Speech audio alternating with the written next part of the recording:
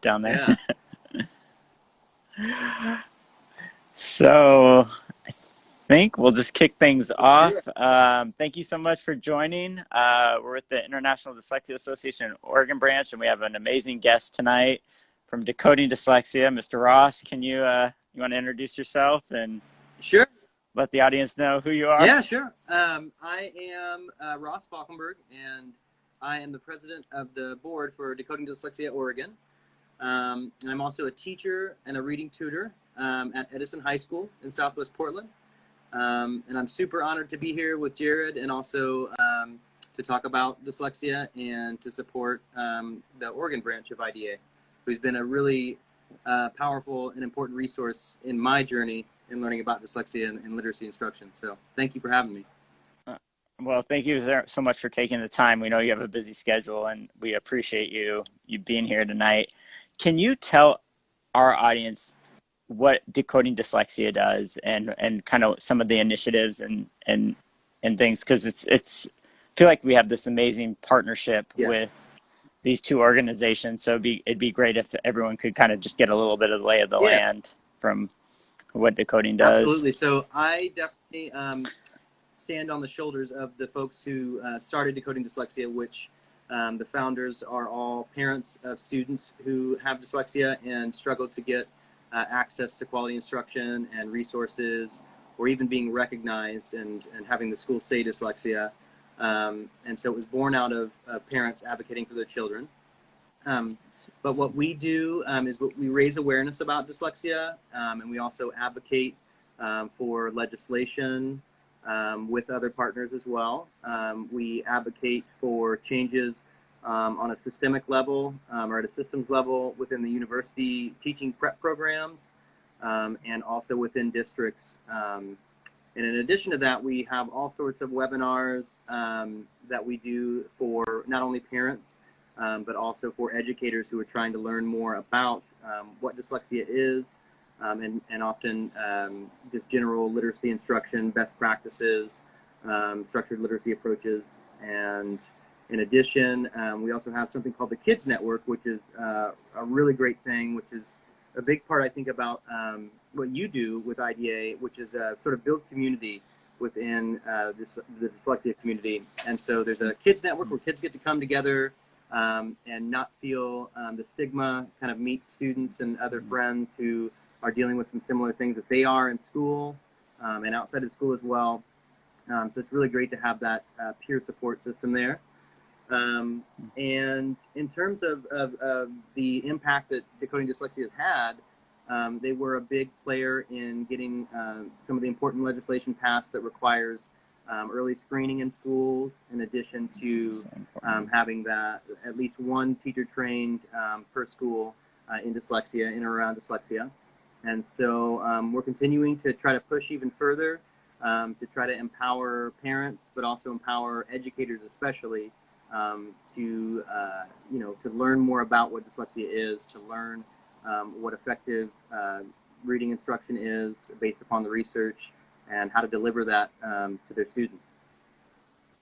It's so powerful. You're hitting so many facets too. It's amazing, and there's so much love on the line for what you're doing. So thanks for walking us through that. There's also, before I want to get into your journey a little bit, but before we do, there's one really cool initiative that Decoding Dyslexia is working on. We had a great event, I think it was just a week ago or 2 weeks ago, and this equity Yeah. and this move towards equity. And do you want to just maybe mention that or talk a little bit about some of the things Decoding Dyslexia does? Because I think it's doing some really great work in our communities. Absolutely.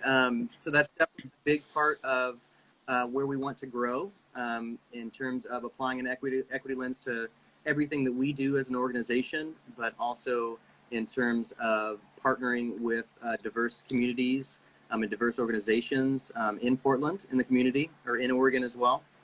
And so one of the things that we're doing to try to grow in terms of our approach to equity is we're building an equity council with a diverse group of folks that will help guide our decision-making processes and also help guide how we reach communities that have historically been underserved with this information and awareness and advocacy around dyslexia.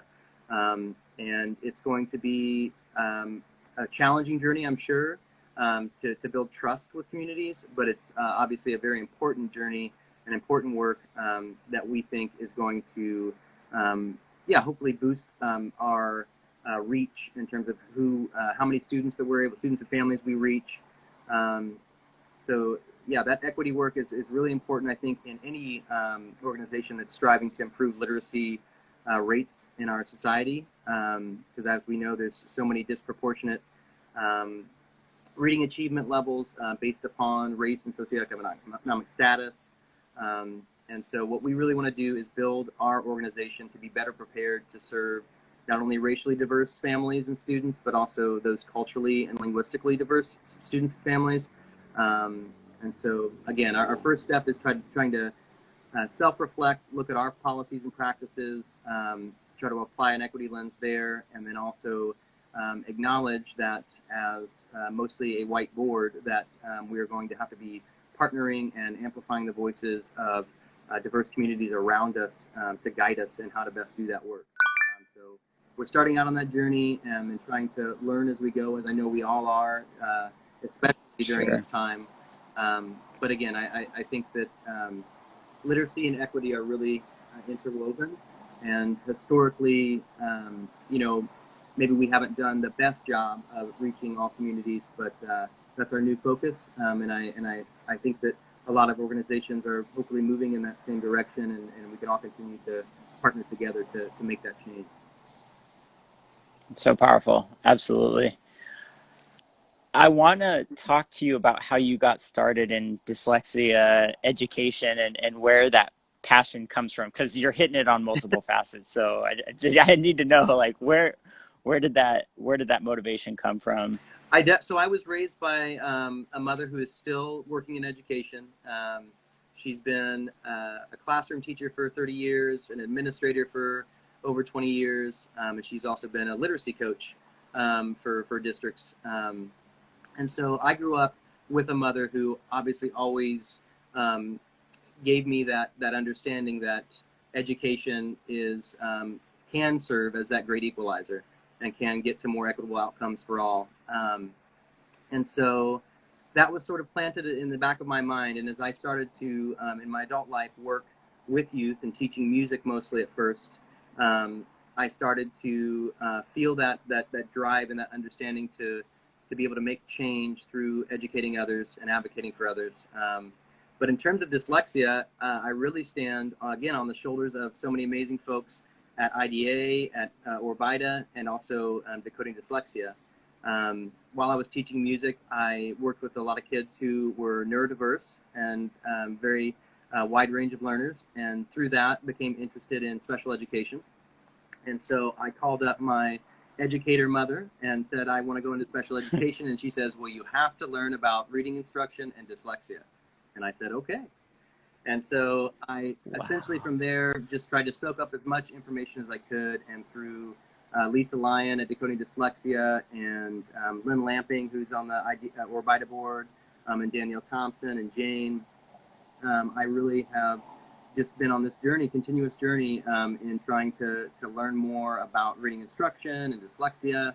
But really it started with my mom as an educator. So I have many friends and have been in relationships with folks who have dyslexia.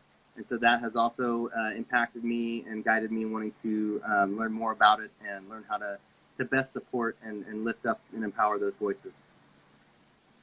Wow. Okay, that is amazing story. I'm so glad I asked the question. I hope that was not too roundabout.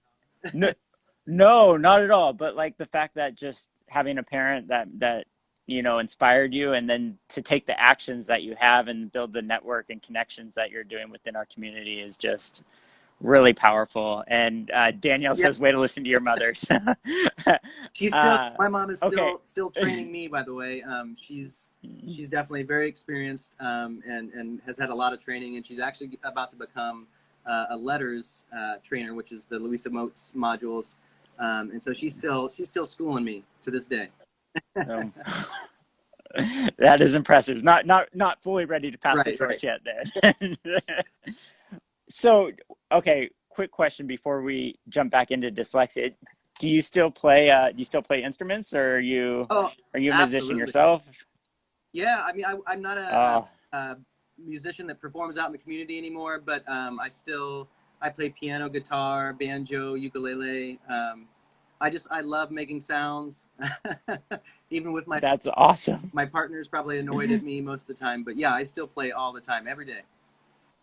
Oh, so cool.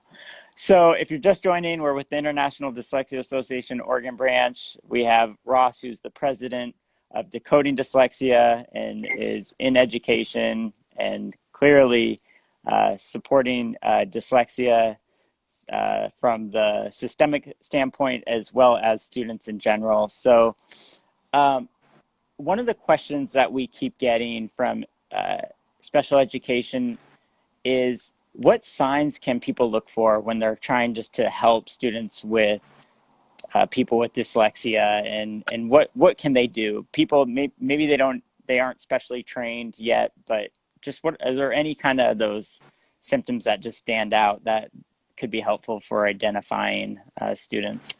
Yeah, I think there are quite a few of those hallmarks of struggling readers that also align with folks who have dyslexia.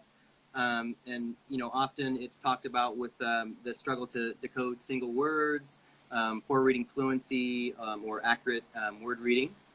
And it all really stems from the phonological um, aspect of reading and of language. And so the phonological processing piece is really just around being, more sound-based skills, being able to analyze sounds in our spoken language and manipulate them.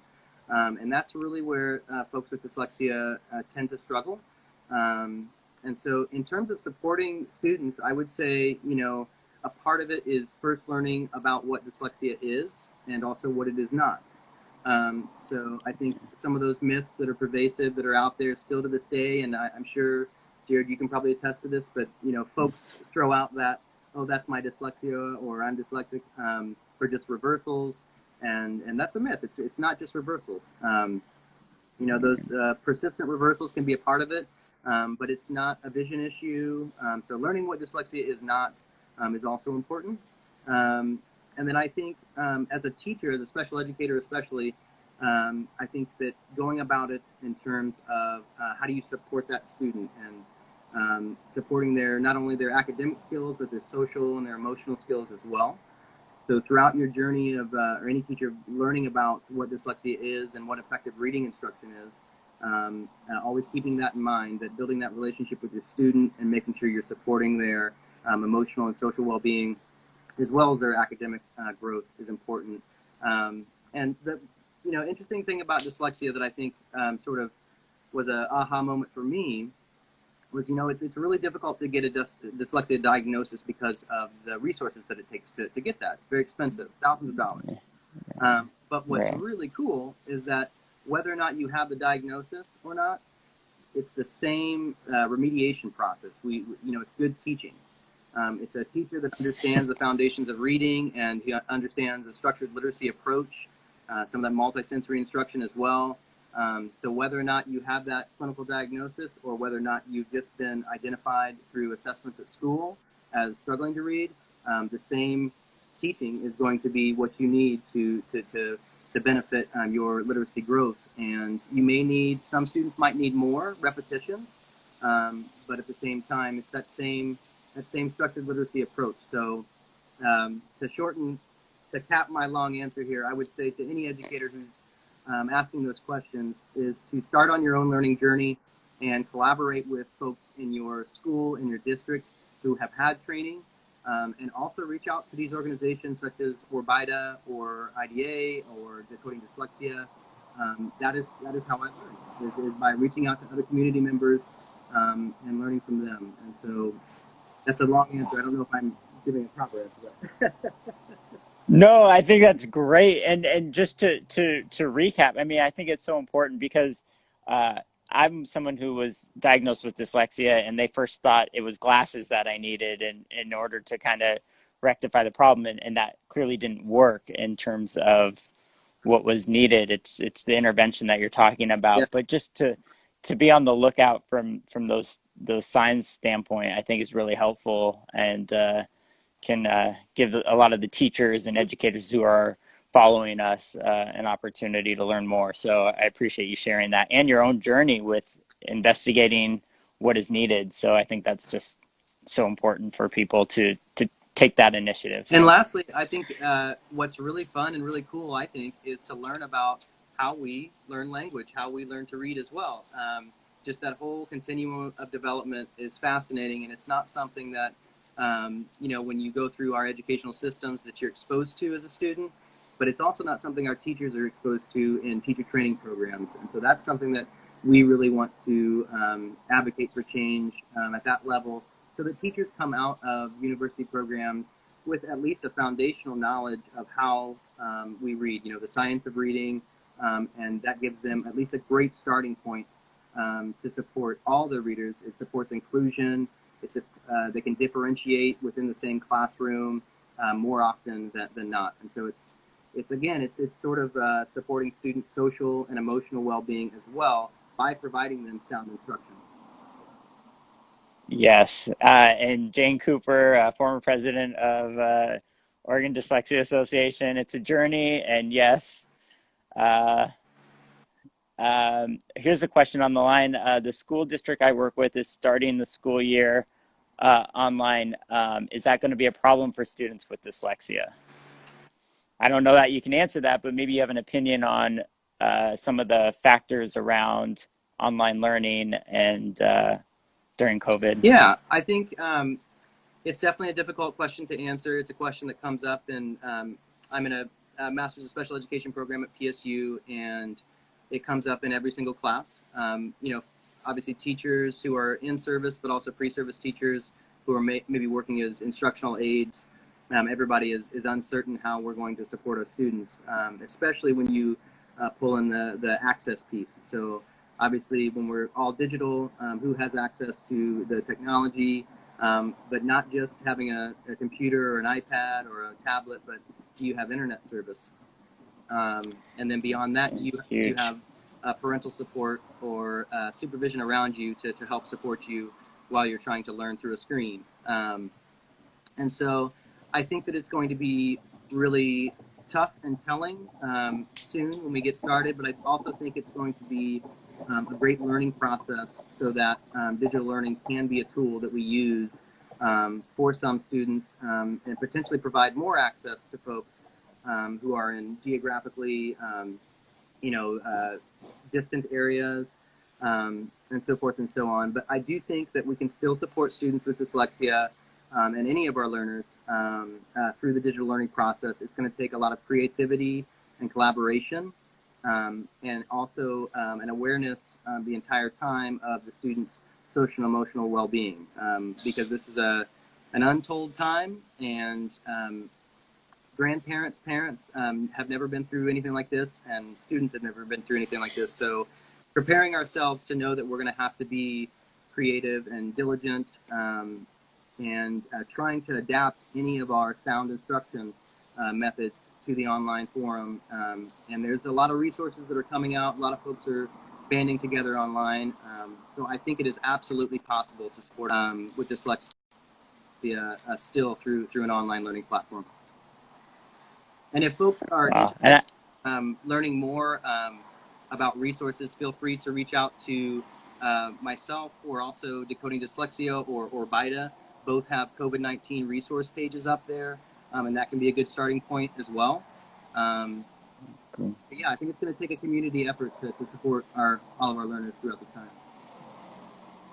Yeah, I think it's something you keep touching on too. That's just important for the audience to be aware of, is that social emotional well-being of students, and being in that space to learn. Because if they're not right, I mean, just to been there myself, it doesn't matter what techniques you're using, it's not going to get absorbed. But you got to have that right mindset. You got to be in the right position to be able to take to the teaching and the instruction that's being provided. Absolutely. And going back to that relationship piece with not only students but their families as well, and just making sure that relationship is strong first, and that's going to really, I think, benefit a teacher in so many different ways. So powerful. So if you're just joining we're with the International Dyslexia Association Oregon branch. We're with, and Decoding Dyslexia. We have the president here tonight, Mr. Ross. And so the rule on the show is you get the last word. And I'm thinking, if you have a message out there that you want to reiterate to parents or teachers or educators or even students, just it can be anything, whether it's support or even some of the things you've touched on, but Yeah. the last word's yours. Um, I think someone, maybe Jane, put it in there earlier, but not only dyslexia or learning about literacy instruction, but just the times that we're in right now. We are on a journey, and we've got to support each other as we go through this journey. And I think that the Instagram handle says it all. You are not alone. And so just really reminding students all across our schools and all across grade levels that they're not alone in this, and however we can support that connection, I think is really important. And then also just to consider, this is maybe a good pause point in some ways for our educational systems at all levels, not only policy, but obviously university level, and also what happens in schools with teachers and students. But this is maybe a good pause point to reflect on the inequities that exist within our school systems for our neurodiverse learners, but also for our racially diverse and our culturally diverse learners. This is a time to really, I think, take a second to think about how we can have a better system when we come back. And so while we are in isolation right now, how can we booster or bolster those systems and use and partner again with other community organizations and other community members, diverse community members, and incorporate more voices so that when we come back to instruction in person, hopefully at some point in the next year, that we can come back to a better system that is at least has some foundational pieces in place to provide a more equitable education for everyone. That is awesome and so powerful. And you have clearly inspired the people on this line and obviously the people that you work with. And we just so appreciate what you're doing and the relationship we have with Decoding Dyslexia. And thank you for taking the time on a Monday night when you have a very busy schedule yourself. So thank Jared, you. thanks for having me. And I look at some of the pictures you have up of you running through the tunnel, and I consider how much of a incredible role model you are for other students who are going through a similar journey with dyslexia, and just how empowering you are for them. And so thank you for the work that you do for our learners as well. We just need to keep advocating for everyone until we can get there, right? It's nonstop. Help everyone get to the finish line, right? For sure. Never-ending work. No doubt. Thank you so much, and have a great Hey, evening. you too. Thanks, everyone.